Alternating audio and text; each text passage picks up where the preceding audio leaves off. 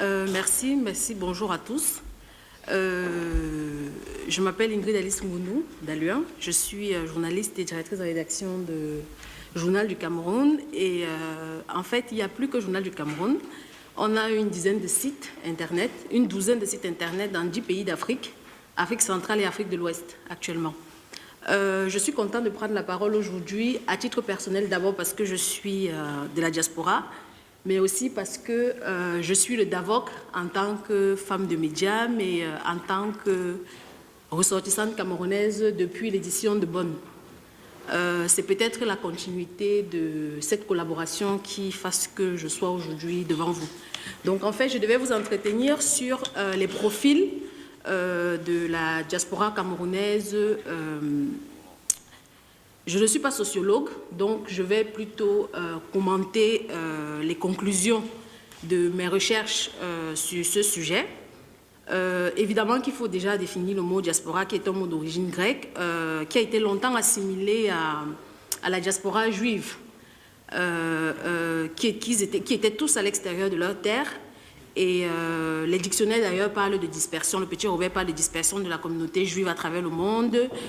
Pareil pour le Larousse. Petit à petit, le mot diaspora entre dans le lexique des sociologues et commence à être assimilé à d'autres peuples.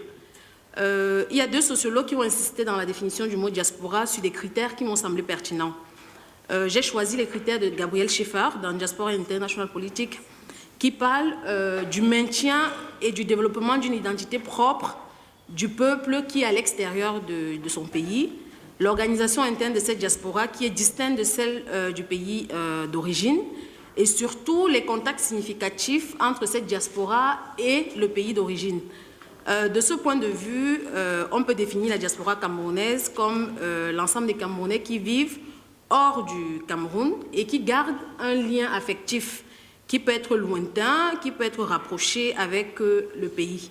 Cela peut se traduire par un engagement qui peut être direct ou un engagement délégué dans des projets qui relèvent de ce pays-là. Et il y a un autre sociologue aussi, Steven Vertovec, j'ai dû faire appel à des sociologues parce que je ne le suis pas, qui me permet de compléter la définition parce qu'il a insisté sur la notion de relation malgré la dispersion.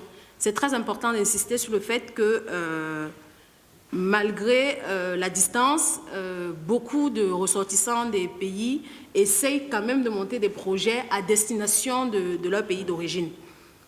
Donc, au fil des années, la diaspora camerounaise a évolué. Elle n'a jamais été comme elle est aujourd'hui dans les années d'indépendance. Très rapidement, pour ce qui est de l'évolution historique, avant l'indépendance, on a connu, avant l'indépendance et au début des indépendances, donc on va dire dans les années 1950-1960, jusqu'à 1980, on a connu une immigration estudiantine et de voisinage. C'est-à-dire, on allait au Gabon parce qu'on avait un frère ou, voilà, qui s'était installé, mais surtout, on allait dans le pays colonisateur, notamment la France pour le Cameroun, parce qu'on allait faire des études. Et la plupart étaient des boursiers. Donc, il y avait plus ou moins un retour souhaité et imposé d'ailleurs pour certains dans le pays, au Cameroun en fait. Et ces personnes allaient acquérir une formation et rentrer au pays c'était des compétences qu'on pouvait utiliser dans l'administration. Ensuite, on va dire ils étaient finalement une minorité, ce n'est pas tout le monde qui allait à l'étranger. À côté de ça, il y a quand même l'histoire du Cameroun, avec notamment la nationalisation de la lutte pour l'indépendance, c'est-à-dire à travers l'UPC, qui va affecter ce type de diaspora. Parce que les UPCistes, pendant très longtemps, encourageaient les étudiants nationalistes à se regrouper, notamment en France. Ils avaient un mouvement qui était connu et qui avait beaucoup d'ampleur, qui s'appelait l'Union nationale des étudiants du Cameroun. Il y en avait aussi un peu en Angleterre. Et donc, en fait, ils vont créer ils ne vont pas forcément s'entendre avec le régime en place. Et petit à petit, on va assimiler un peu la diaspora à des ennemis du régime. Mais quand cette phase passe et qu'on arrive dans les années 80-2000, les problèmes ne sont plus les mêmes parce que cette diaspora-là, il y a déjà des enfants de cette première diaspora. Les premiers sont entrés au Cameroun, les autres, voilà. On commence à avoir une deuxième génération d'immigrés, on va dire. La masse, évidemment, devient plus importante parce qu'il y a multiplication. Et surtout, dans les années 80, il y a une diversification des destinations. C'est-à-dire, ce n'est plus la France et l'Angleterre, c'est aussi les pays de l'Est. On connaît une diaspora massive, une immigration massive en Russie, en Allemagne, aux États-Unis, au Canada. Les gens commencent à s'ouvrir. Et notamment dans les années 90, plutôt la deuxième, dans la fin des années 90, en Afrique du Sud aussi. Et petit à petit commence une immigration de travail qui va s'accentuer par les difficultés structurelles du Cameroun. Dans les années 90, 2010, les Camerounais commencent à s'intéresser à leurs voisins. Et on commence à avoir une immigration très intéressante dans les pays comme le Gabon, le Nigeria. Bon, le Nigeria, ça date quand même d'avant l'indépendance, mais l'immigration de travail commence dans les années 80. On a aussi l'Afrique du Sud qui intéresse beaucoup, et petit à petit, l'Asie avec la Chine. Les États-Unis mettent en place la carte verte, qui encourage beaucoup de Camerounais aussi à regarder de ce côté-là. Et ça fait qu'on a 3 phases, en fait, les années 60-80, 80-2000, et puis ce qu'on dira l'immigration d'aujourd'hui. Aujourd'hui, l'immigration est devenue une immigration aussi de business, notamment vers les pays d'Asie. Beaucoup de Camerounais immigrent pour travailler, étudier, se soigner, ainsi de suite, mais beaucoup aussi immigrent pour les affaires. C'est-à-dire, ils vont, ils peuvent revenir, il y en a qui s'installent. Et cette immigration, cette diaspora-là est devenue plus diverse, plus cosmopolite, et évidemment, elle cause des problèmes complètement différents. D'autant plus que ceux qui sont allés faire les études ne sont pas tous rentrés, donc ils se sont installés. Ils ont intégré l'environnement de vie et commencent à avoir des problèmes qui ne sont plus les mêmes que les Camerounais restés au pays. Évidemment, ils s'intègrent dans des projets à destination du Cameroun et c'est ça qui est intéressant pour ceux qui le font. Mais le problème qui se pose est que l'importance de cette diaspora commence à devenir diffuse parce que le temps d'abord a rendu son rapport un peu plus lointain avec les réalités du Cameroun. Même si on va nous dire qu'il y a les nouvelles technologies, on peut communiquer, il y a le satellite, ainsi de suite, qui permet de garder le contact avec les pays. Et pour résumer cette partie d'évolution historique, on va dire que au départ, la diaspora, comme elle était concentrée sur un objectif clair, ils avaient à peu près les mêmes buts. On dira qu'elle avait plus de pouvoir parce qu'elle pouvait parler d'une seule voix. Mais avec le temps, les types de diaspora se sont multipliés. Tout à l'heure, Jérôme parlait de diaspora scientifique, mais aujourd'hui, on a les artistes, on a les travailleurs, les communautés, enfin, il y a plusieurs types de diaspora.